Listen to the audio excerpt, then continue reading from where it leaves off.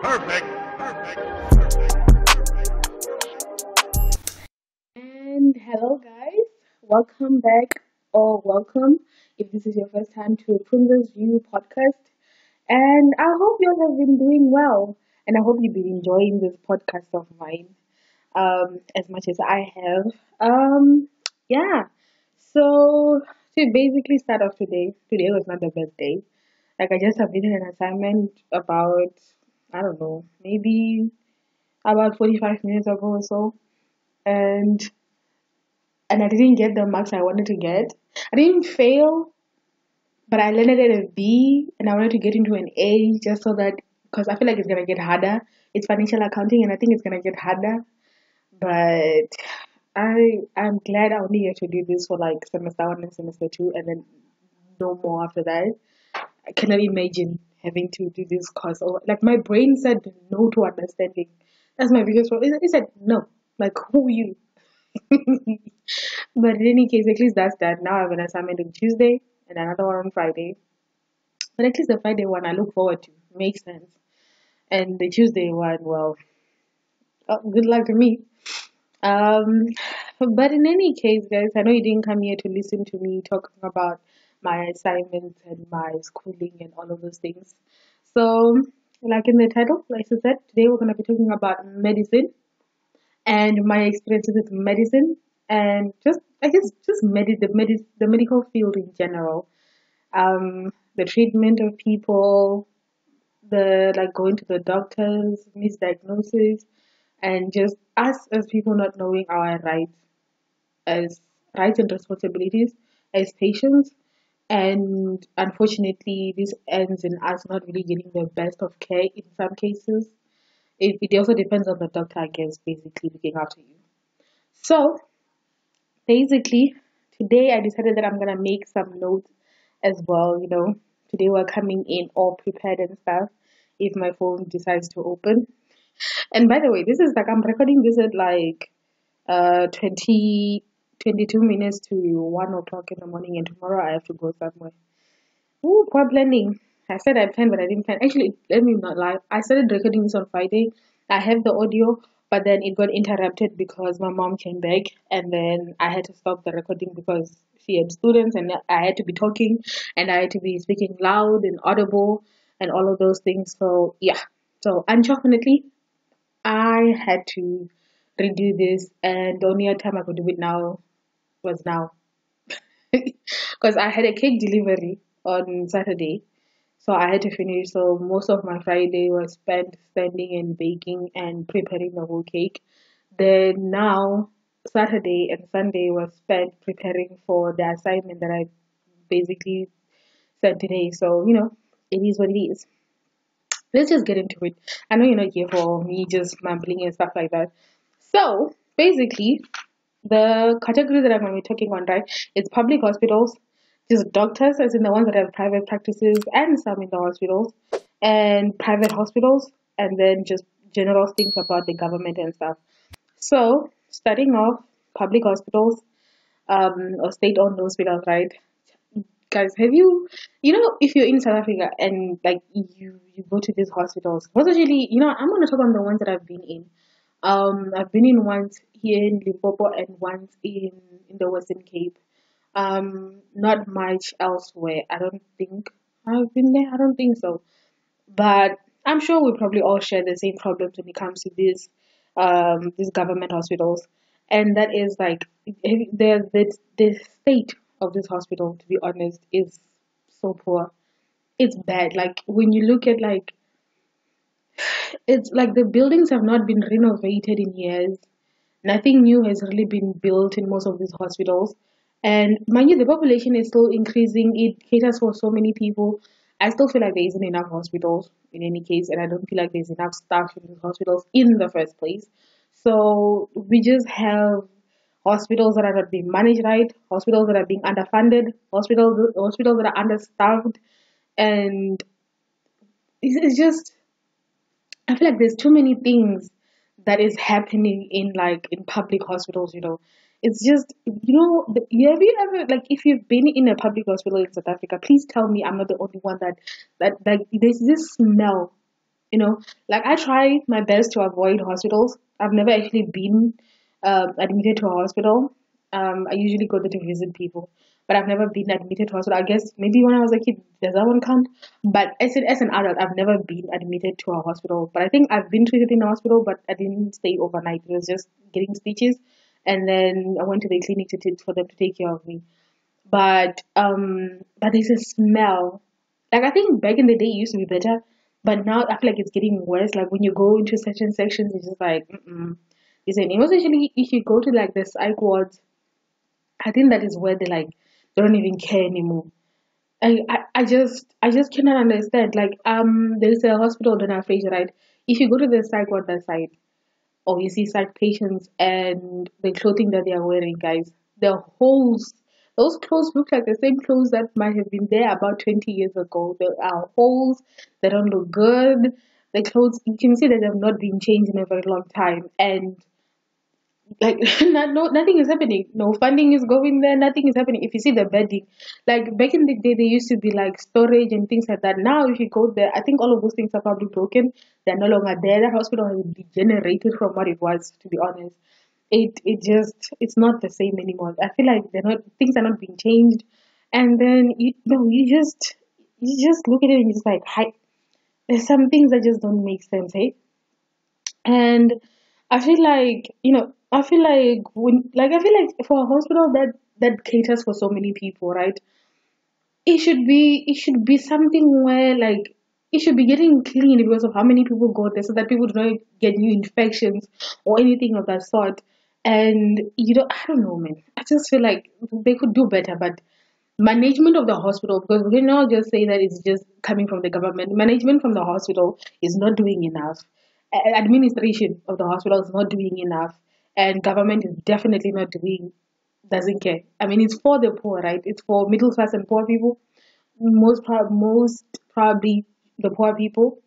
So most of us were not covered with medical aid, right? It is mostly for people like us who have no option but to go to these people if I'm sick or anything like that. And like it is like I feel like I don't know. I feel like maybe because this is 2021, let's just say maybe some 15 years back or so, the hospital was okay. It was not good, but it was okay, and the facility was okay. But now, I don't know what the heck is happening. It just went from bad to worse.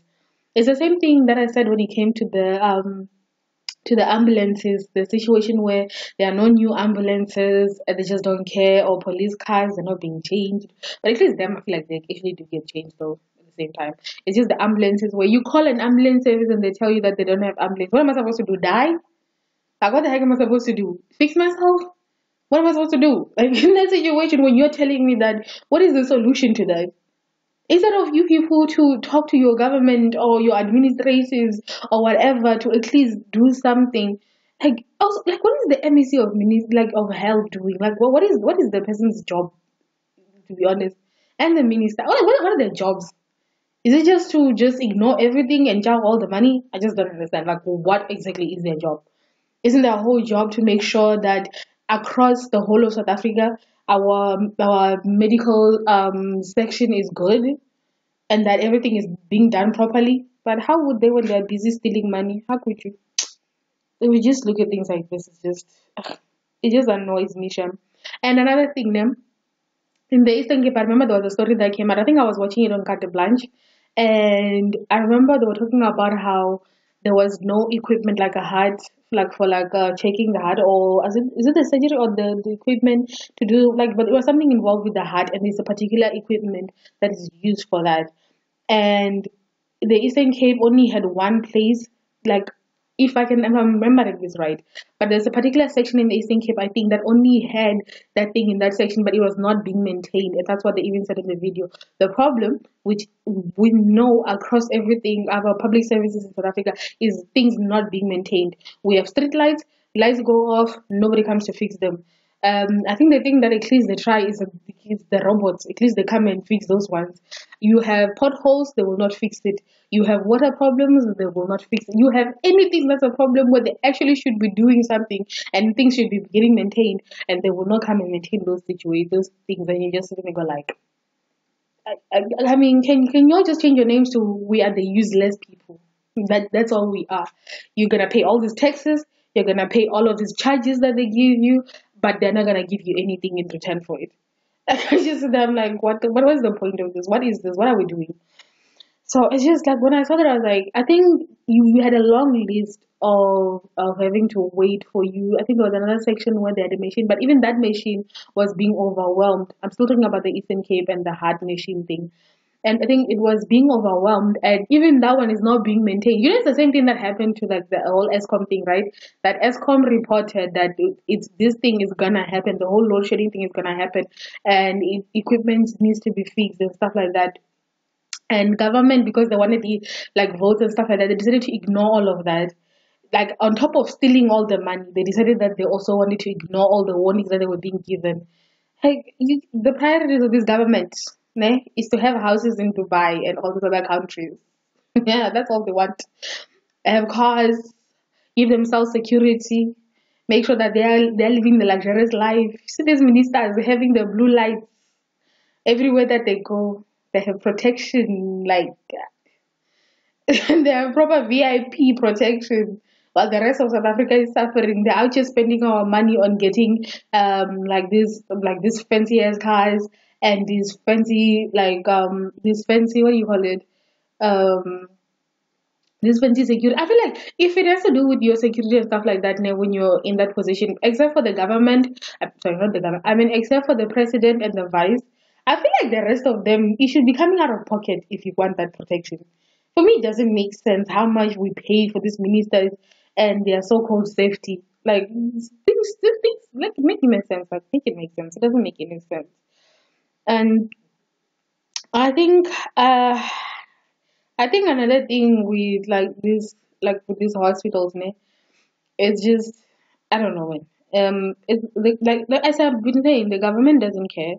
The government is not gonna care. The government is not gonna do a damn thing. And if we also ourselves do not voice our opinion, which can come in the form of voting or actually like petitions and writing certain things to these people, I don't think anything is ever gonna change because they feel like if you say nothing, then nothing is wrong. I mean, why would anything be wrong if y'all are not saying anything? That time it's our health. Like imagine that when you think of Chidizini, right? Like even for me now, like I don't want to be like a person who's stupid or something like that. I'm not saying that I'm stupid or something like that. I'm just saying, like, you know, when you think of like the Chilizini Hospital, which is basically our supposed to be, I think, a certain portion of like the Tando area, that's supposed to be our big hospital before you go to the provincial hospital. And when, like, a lot of the times, if you end up in that hospital, you will die. I don't know why. There are people, of course, that have been that are fine, but at the same time, a lot of people will be like, mm-mm. Even the nurses are like, she did Zin. Mm-mm.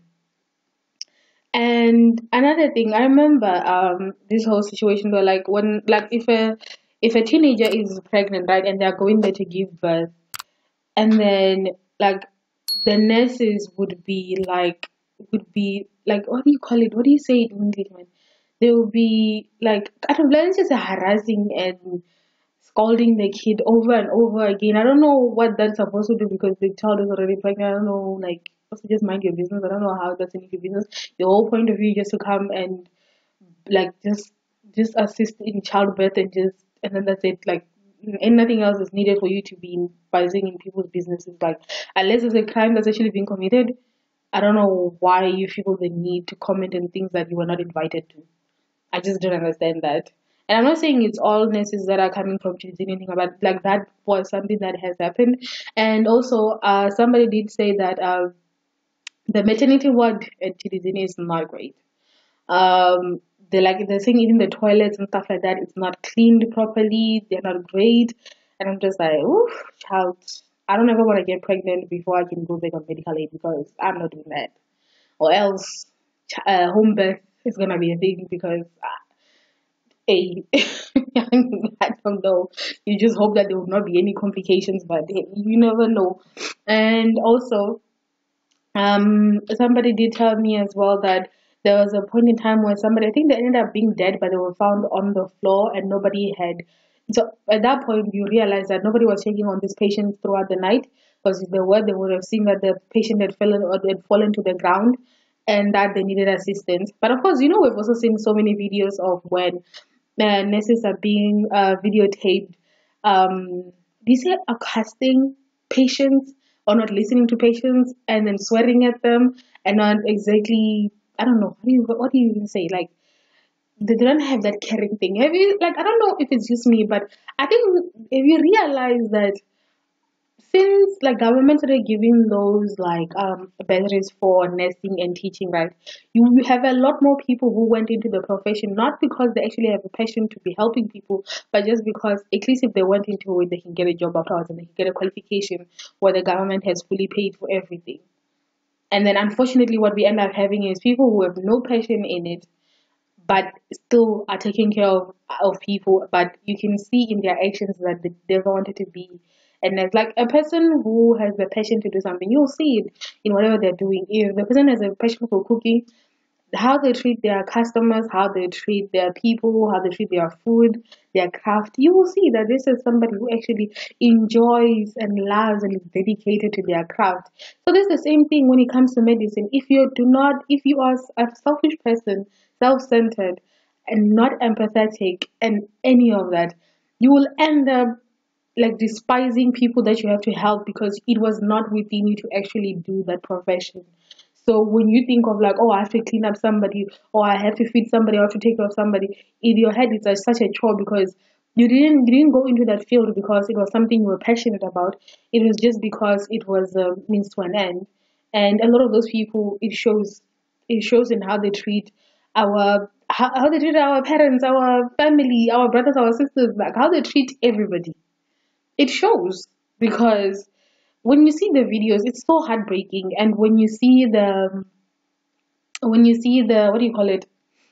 When you see like when you hear the stories, see the videos, and you just every time I like look at them like if I was to ever go there, I don't even know, man. I don't even want to. I don't want to get sick enough to go. Like even during the COVID times, I was like, please, please, I don't want to get sick. I do not want to get sick and have to go to Children's in the hospital. Like I do not want that at all. Like I don't want to get to like I don't even know if they have enough equipment. Like to be honest, to be quite frank with you, I do not know whether or not these people actually have even enough equipment for them to be able to even take care of the citizens. Like I don't even know. Like I'm gonna be honest. Mm-mm.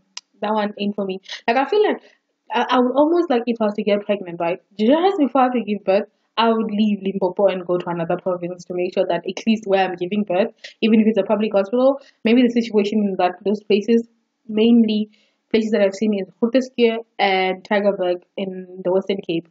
I would go there and then I would deliver that side instead of delivering this side because I want to, you know what, I want to leave and I want my kid to leave. I remember there was also a story that I saw about this woman. I think the show is, I've been through the most or something like that. I forgot the name of it. But she was just talking about when she ended up losing her child. I guess you can say the child ended up being born like stillbirth. But like the child was fine up until the delivery time. And when she was there and she was like telling people that hey, something is wrong. Like after some few hours, she felt that something was wrong, and she kept on repeating it to the nurses and saying, "Can I get like a cesarean C-section?" And they were denying her it, and until I think a doctor came in later on, and they looked at her and they said, "Okay, this is bad. She's been here for hours," and they finally took her into the theater, operated on her, and then unfortunately, because it took so long, the child ended up being dead.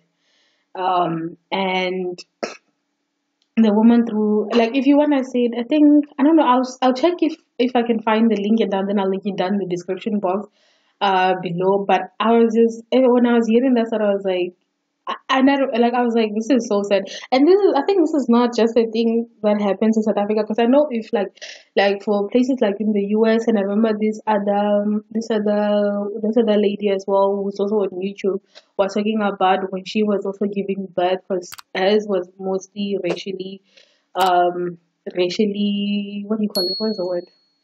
I feel like my data bundles for English are like just depleting by the second. But yeah, but she was in Ireland and then she was I think she was also in Ireland, she was giving birth and like it was racially motivated. I think this is the same situation that happens in the US where for women of color or black women when they give birth they're at high risk because as like hospitals and nurses and doctors don't really listen to them unless you have by some grace you have like a doctor who's a person of color or something or nurses that are as well and they'll actually take care of you and they'll actually listen to you as a patient and not dismiss you because of certain biases that they have in their heads or minds or whatever. So yeah, the other lady who gave birth in Ireland was talking about how, like I think she was not being attended to, and then it was a nun that helped her and it, like go into like the actual maternity ward for her to start giving birth. If she had not done that, she might have lost her kid. And just like in South Africa, nothing you not even have anything to do with race. You just whether you're gonna lose your life or both you and the kid are gonna die. It's like even extra high risk when you go to public hospitals here. And I know that there are people that have given birth and they've not died in, but you never know. You could be that one. Give me that one. So anyway, in any case, let's move on to just doctors. I'm gonna specifically be talking about like doctors like this side as well because those are the ones where I've gone to like different ones. And guys, can we talk about the cost of going to a specialist, like a doctor, like a specialist or just a doctor or any of these people, like how much these people actually cost? Like this is the time I was suffering with certain things and I needed to go to a gynecologist and like I went then I was going then I was like okay so I aged out of the medical aid ne? So before then if we went there we would usually just use medical aid but even at that you would see that this person just took so much money that if you need to go visit other doctors like now that day-to-day money would be finished also because gems take so much money but gives you so little to go see the doctor. um so then I went there and then they told me that the fee, I think it was about 950 just for consultation. I was like, hey, not me. Not for consultation. This is not gonna happen. I ended up going to my GP, which was like 350 for the GP, and at least that one was fine. Got the treatment I needed, and it was done. And I was like, yeah, you know what? First and foremost, if the GP can do it, I'll go to the GP first before I go to that specialist. And another reason was, dentists are also very expensive. Like I went to the dentist like I think I don't know was it 2 weeks back or 3 weeks I don't even remember when it was. I think it might have been 2 weeks back. I'm not sure anymore. But like I had some problems with my teeth. Like my gum was receding, partly because of like gum disease or whatever infections. And they cleaned it out, and like the whole consultation is like what it's 400, and then if they do anything else per treatment, you will be paying. So if they're filling your teeth, you'll pay. If they're cleaning your teeth, you'll pay. If they are whitening makes sense, like you have to pay, of course. Or if you have any other issues, they will tackle one issue at a time and charge you every single time they talk about a new issue. And I was just like, are you kidding me? If I go to my GP and I say, yo, I have a headache, I have flu, and I have chest pain, right? If they're all not like synced up and it's different things, I will get treatment for all of them. The person will not say, pick one of those that you're actually suffering with and tell me, and that's what we're gonna tell. Like I remember going to this dentist and I said, my upper teeth are in pain and I have one tooth that just like has a sharp pain, and then the bottom ones are the ones that are like have residing gums. So I was like, I told her that I was like, okay, because this is what I usually do if I go to dentist. I'm like, I'm gonna make sure that all of these things are like I'm gonna say all of these things because all of these things are a problem. And then she was like, no, no, no, let's just focus on one thing. What is the one thing you want to focus on? Everything else will be another. I was like, and so will the other things be suddenly resolved after you just look at one thing? Did the other thing suddenly just fly away and get resolved? Why am I paying such a huge amount for you to do one thing at a time and charge me at every second that you can? Like I was just thinking, I was like, and that time I look at him like sometimes when I look at this dentist, because my brother has been going to the dentist because he has teeth problems. And every single time he goes there, then he'll like, okay, you need to take off the tooth. And then he takes off the tooth, it gets clean, and then they clean everything, and then they check him and they say everything is fine. And then he leaves. And then a few months later, something else has come up. I'm like, If you guys cannot tackle, and this person has been coming to you, I has been telling you that they have been going to doctors and to do the dentist over and over again. If you cannot handle it, why not refer them to someone that actually knows and can actually check what is wrong with them instead of almost taking out somebody's teeth if you do not know what it is? Like you not keep taking off somebody's teeth and saying, oh, no, no, no. You come up with one nonsense reason or the other. If you do not know, it is not normal for someone to keep getting to keep getting teeth problems over and over again. This person is brushing twice a day. This person is using all of this nonsense that they said they must use and all of that. But they still the and then like I guess they say you must go once every 6 months or so, and the person is doing that because I guess every time there's like a new tooth problem even before the 6 months expires. If you do not know, why not refer the person to someone who might actually know what is up? Actually, you are struggling. They don't now struggle on my teeth and almost remove everything I have in my mouth in the name of you trying to charge me for something. Like if you do not know, say I do not know. Let me refer you to a specialist who can at least get to the root of it. Like, is it so hard for you to say that? Like some like I remember even for my GP before, like there was a time where I was suffering, like before I had PCOS, and I went to this doctor and I was telling them of what was happening like during my periods and what like things that were affecting me, like for me to end up getting to the diagnosis that I was, like I have the whole symptoms of PCOS and everything, and I was going to my GP and he was I think no I'd gone to a doctor when I was in Cape Town, but I forgot to do a follow up. I was still in school. There was a lot of things happening that year, and I ended up not doing a follow up. But she was actually very nice, and she checked a lot of things. At least she was listening to me. And then I came back home. I went to my GP, and I said, and then I told them what was happening, and I had pictures as well to show them like what was happening of something, and I was like, so this is what's happening to me. I'm saying what is happening. The person was just like gave me some pills or something, and said they didn't really know what I was happening. I was like, okay, and I went there like I think it was on the last time I was like, yo, so I've seen this thing because when you Google your symptoms online, so I saw this thing and I was like, okay. I saw it and I've seen like a lot of information about it. And it seems like the symptoms that they're talking about, it seems to be what I basically have. I was like, yo, okay, let me ask you first. What about PCOS? Because that's something that I've seen. What about that? And then he was like, no, PCOS. Like, he said something that was definitely not PCOS. And I was like, okay.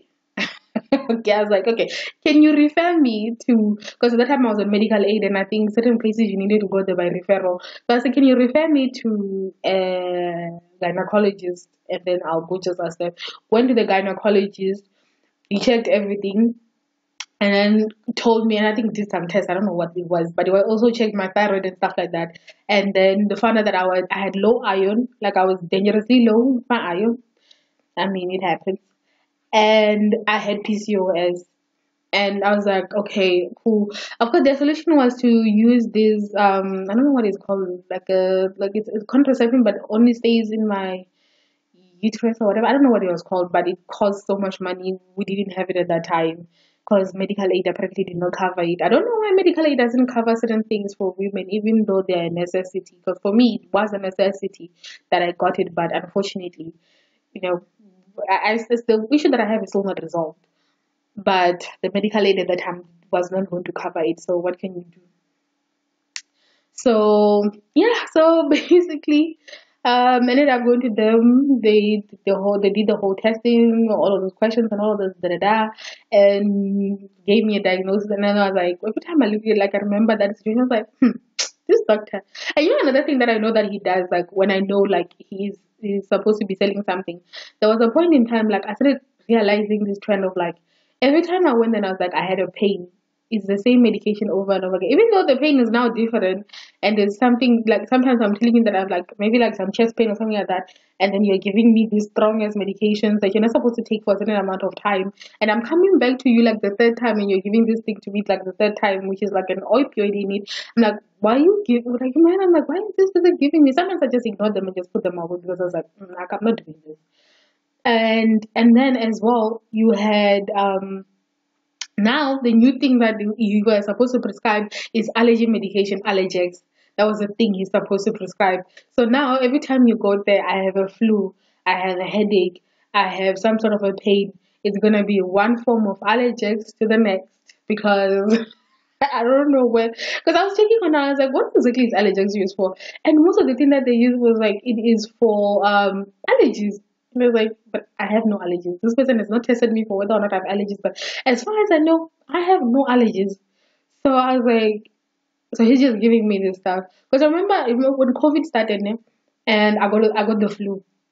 And I think that was because I just traveled. I had traveled prior to us going into lockdown, so I got the flu. And at that time, I think we had not started wearing masks or anything like that. We didn't have any of those things. Like that information was not out yet to us anyway. So we were still just, walking around. And I also went to the hospital at that time. And I'm sure I picked it up somewhere. I picked it up somewhere there when we were traveling. And I went to them. I was like, "Hey, I have a flu." And then was like, you don't have COVID. I was like, I know I don't have COVID. I've had the flu a bunch of times. It's like in my head, by the way. I'm not saying this out loud. I don't want to be rude or nothing. So I was like, in my head, I was like, I know it's not COVID. I know I have the flu. It's like, it's that. Listen, I don't think everything is COVID, okay? I know I have the flu. I've had flu just so many times that I know, like, you have had the flu where you have, what do you call it? Had the flu where you have no appetite, or the flu where like it makes you sleep and drowsy, the flu where like everything is just stuffy, or one where everything is just dry. I've gone through my fair share. I remember first year of varsity 2012, I was basically like I had the flu almost, I think almost the whole entire, I might have gotten it. I got it multiple times that year, and I was like, what the heck? Is everything just weak about me? Why am I getting flu so many times? Like so much. Why am I getting flu so much? Um yeah, so yeah, I went to him, he gave me some cough syrup with and told me to drink plenty of water, which was, yeah, of course, that's what's supposed to be, and rest. But also gave me allergies, and I was like, okay, so you gave me cough syrup, which is very strong. Then you also gave me Allergex again, which makes you drowsy and it's also strong. And then also gave me pain medication as well. No, no, also gave me sleeping medication as well. But I remember that time I had little problems falling asleep. But then if you gave me cough syrup and Allergex, both will put me to sleep. How did you now, on top of it, give me painkillers and then also give me sleeping pills? Like, are you trying to kill me? Like, if you're trying to kill me, you should tell me. At least let me participate. If this is, let me know what I'm participating in. Well, English.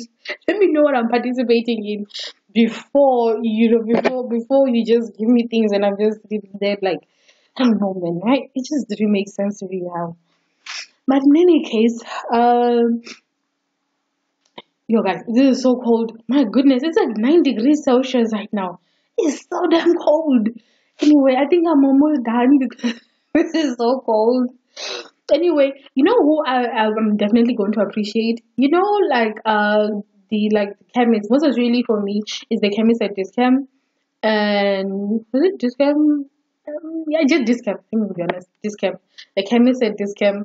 And I went there and I had a problem, and then they gave me medication, and then within like 2 3 days, I was good. Like everything that I had, I didn't have to go spend money on a doctor or anything like that. I just had to get my medication. I was like, why don't I just do this more often? If I feel a pain, the first place I'm gonna go to is the dentist. I'm not sorry, not the dentist. I meant the pharmacist. And also, like when I remember, like when I had teeth problems, I also went to like a pharmacy and I was like, hey, like no, I think it was for my brother because he was having a tooth problem, and then I was like, yo, what can I use for my brother? He has teeth problems, and then they pointed me to something which was not even expensive but also worked, and I was just like, oh, you see, I'm here spending so much money on these things. Kanti, there's no need for it. Like, there's no need for me to be going out here to spend money on these people who end up just giving me bloody rubber. Like, oh, sorry, what is it called in English? Yeah, rub. or painkillers on top of painkillers on top of painkillers. No wonder people end up getting addicted to pills and stuff like that. Why wouldn't they when doctors are just like, they're basically drug dealers, legal drug dealers to people, get them hooked on stuff, and then suddenly go like, oh my god, we have a drug epidemic. Yeah, if you control your doctors of how much they can prescribe to people or how much they can give to people when it comes to painkillers, maybe it would at least reduce some things where somebody doesn't become dependent on something. And how do you pump somebody full of medication that's super strong and then tomorrow go like, how? What do you mean how? How do you give me so much pain medication with so much codeine or opioids in it that you know it's very addictive? What do you mean how? Like it's just like, child, like these people, like that really do not make any sense. That really do not make any sense, eh? Oh, you know what happened? I went to I went to this other doctor in Pfunzo. It was the time before I was diagnosed with fibromyalgia, and I have a video on that if you wanna know. It will be down in the description box, or you can go into my channel. I have two videos on it, like giving updates on it. So before I was diagnosed with that, I was going to doctor telling them like, hey, listen, when I came back home, when I was writing exams, I remember in uni when my arm started proper like hurting and it was difficult to write with my whole hand, and my body was getting worse and worse. And it had, like even my back, there was a time I know I've already told the story. I feel like I'm just repeating things that I shouldn't be repeating. But in any case, I went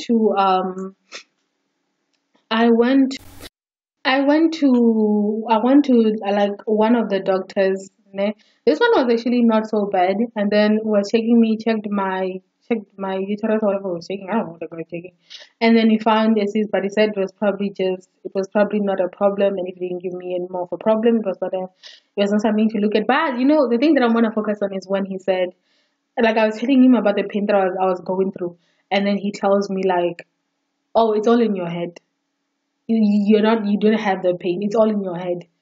And I was like, oh, okay. Okay. I don't know how that's supposed to happen, but okay. Okay, I just left. I was like, okay, never mind. Then I went to this other doctor as well. And I was like, this was like, there was a long period of time between me visiting these people because the pain just got worse. And I went to this doctor and I told them what was happening. I told them everything of what was happening. And then this person just told me that I had arthritis. And then they gave me some medications which they didn't explain anything to me about basically. Oh, sorry. They didn't explain anything to me. And they gave me these arthritis pills. And then I was like, okay. And I was like, okay, explain to me what are these pills and what do you mean arthritis? What, like, explain to me. This guy told me blatantly after paying 450 to consult him. Google it.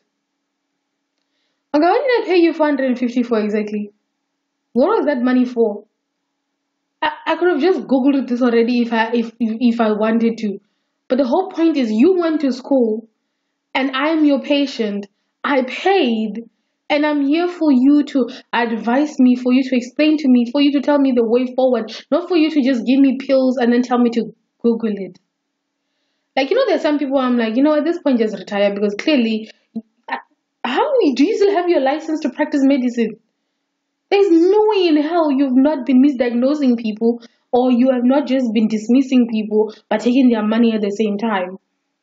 I was like, at that time, I was like, you know what? I was too nice. Because, like, I was like, what? This person just told me that. And you know, because I'm fat. Well, no, I'm fat. Look at my chubby face on the screen. I know I'm fat. And, like, every time you go to a doctor as a fat person, even if you go there, with a gunshot wound to your foot, they will tell you lose weight. Are you gonna treat the gun wound? No, no, no, no, no. If you lose weight, that gun wound will suddenly fix itself. Like I swear, I swear that is the only thing that they'll keep telling you. Like that's the only thing that they'll keep telling you. You go to a gynecologist, right, as a girl. I don't know about other people, but I saw also on TikTok somebody was saying the same thing. Their solutions is always to give you contraceptives. Every single time you have a problem down there, it's contraceptives. Okay, do you think we can try other means outside of contraceptives? Do you think we could do something else that doesn't get me to be on the pill? and affect me, like I'm already fat. If I go on the pill, I'm just gonna gain even more weight. How's that gonna help me? Like, or some expensive medicine for contraceptives as well, and I'm just like, dude, these people is just, I cannot. I struggle to can. Like seriously with doctors. Seriously, the one thing I'm gonna say, the money focus, eh? For doctors, it's sad. It is sad. It is so sad, Shem. Mm-mm. You know, I said I was also gonna talk about like private hospitals name. The one thing I was like, the reason why I wanna go back on medical aid is, you know, I went to Netcare, went into their emergency side, ne, and I saw the equipment that they had. I was like, yeah, you see, I know I can survive here. I'm 100% sure if I came in with something, the way their beds are catered for, the place is cleaned, and the way that the facility is, yeah, I think I would be good. I actually think I would actually be good. Same thing with Mediclinic. Like I went to, was it two different Mediclinics? No. I think it was just one. I went to one Mediclinic, but I went there more than once. And like when I saw that place, I was like, yeah, it doesn't smell like death. It doesn't smell bad. The staff is nice and the facility is great and the bed is clean, the clothing is good, the food is good. I'm like, yeah. See, this is the thing where I'm like, yeah, I need to go back. I need to be having medical aid because our public hospitals, yo, I'm pretty sure I'm not the only one that thinks that those things are not. And you can't even compare public hospitals to private hospitals. I ain't even gonna lie, you cannot compare those two things. Those two things are like no, it's so different. Yeah. And you know when I had the government wanting to do the whole NHS thing, and I was like, oh, don't. First sort out your hospitals and your clinics and your ambulances before thinking of reaching for things that you know you cannot do. How about we first tackle the first thing, which is for you to fix those situations? Like, can you fix that? Okay, can you first fix the hospitals that you already are in charge of that you cannot fixing? Can you buy equipment for these hospitals? Can you pay the employees of these hospitals? Can you hire more employees for these hospitals? Can somebody actually monitor these hospitals? Can there be accountability when money goes missing or when equipment is not bought or when somebody dies? Can there be can there actually be some form of accountability?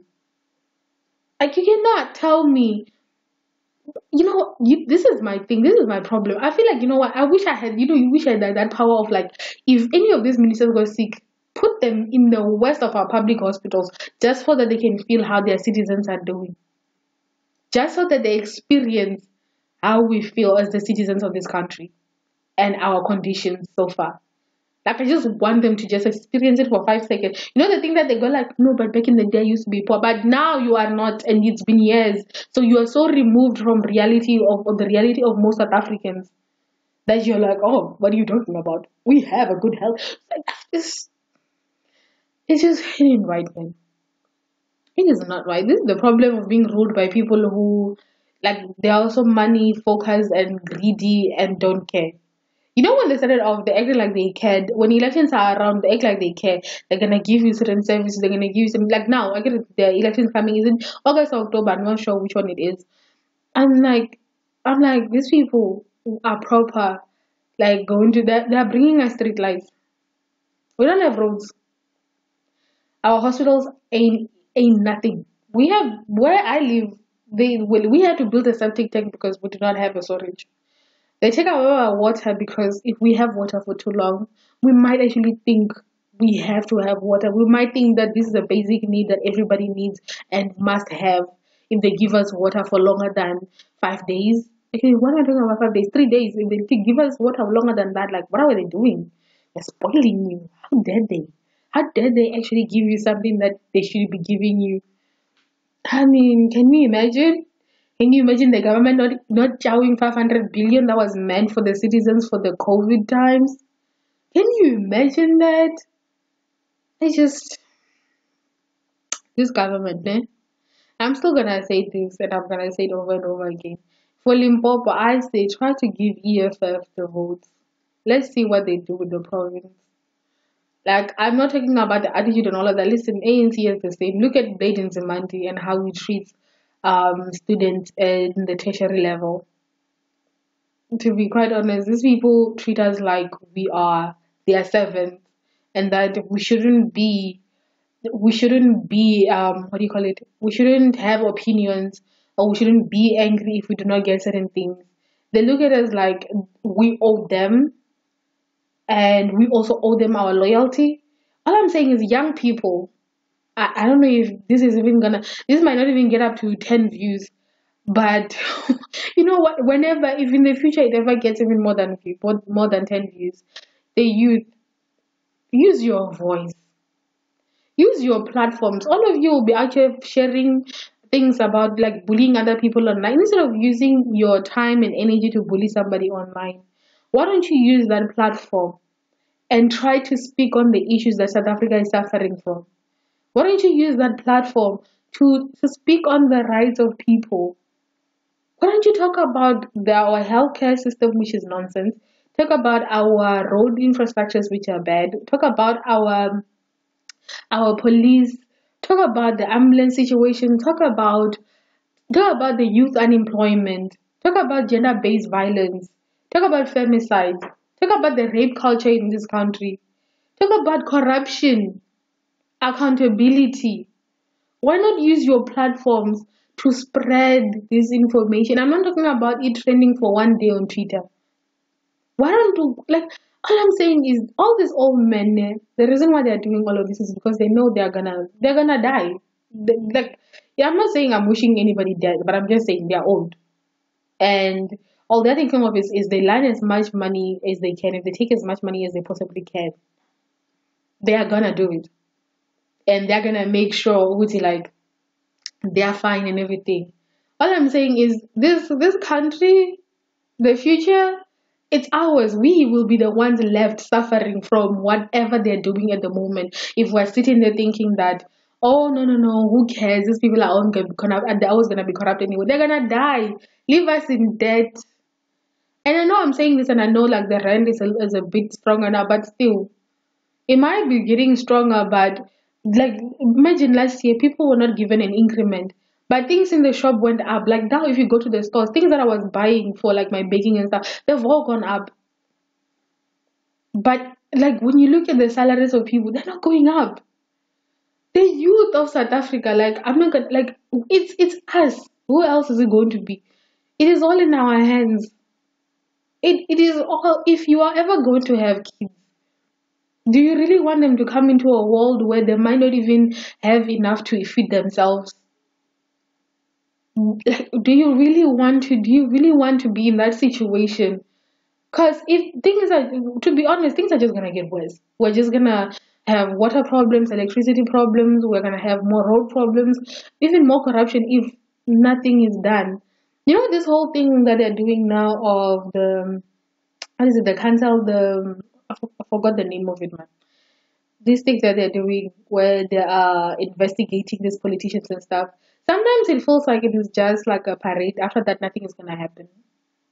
Like nothing is actually gonna come from it. Because for me, I feel like if something's gonna come from it, then everybody that participated in stealing the money of South Africa and they have assets, those assets should be sold, and the money that they stole should be gained back, and not they shouldn't stay with it. If you are corrupt and you did something illegal, why do you still have the money and the property that you bought with the money that you stole from the people? I think you should be given back to the people. Why do you have that money? Like I just don't understand. These people have mansions even outside of South Africa. They have cars on top of cars. They go on vacations.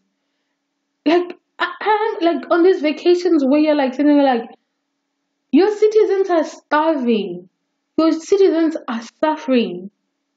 Your citizens are lacking. Your citizens are unemployed. Your citizens are homeless. I just I just I just cannot understand how this government went from we are fighting for the people, supporters, we will be here, we will take care of you, to oh, for who? Me take care of you. Who do you think you are? I seriously, like, it's sad. Like I can say, it's sad. When you think of it, it's sad, it's unfortunate, and I do believe that the youth, we should do something. We shouldn't allow these people ruin our economy like this. Go vote. I think it's in October. Check if you are registered in IEC and go vote. Guys, I know I went into the politics and everything, but thank you for listening. And thank you for listening to all my other stuff as well. And also, please don't forget to subscribe if you have not already subscribed, and hit the notification bell so that you get notified as soon as I post a new video.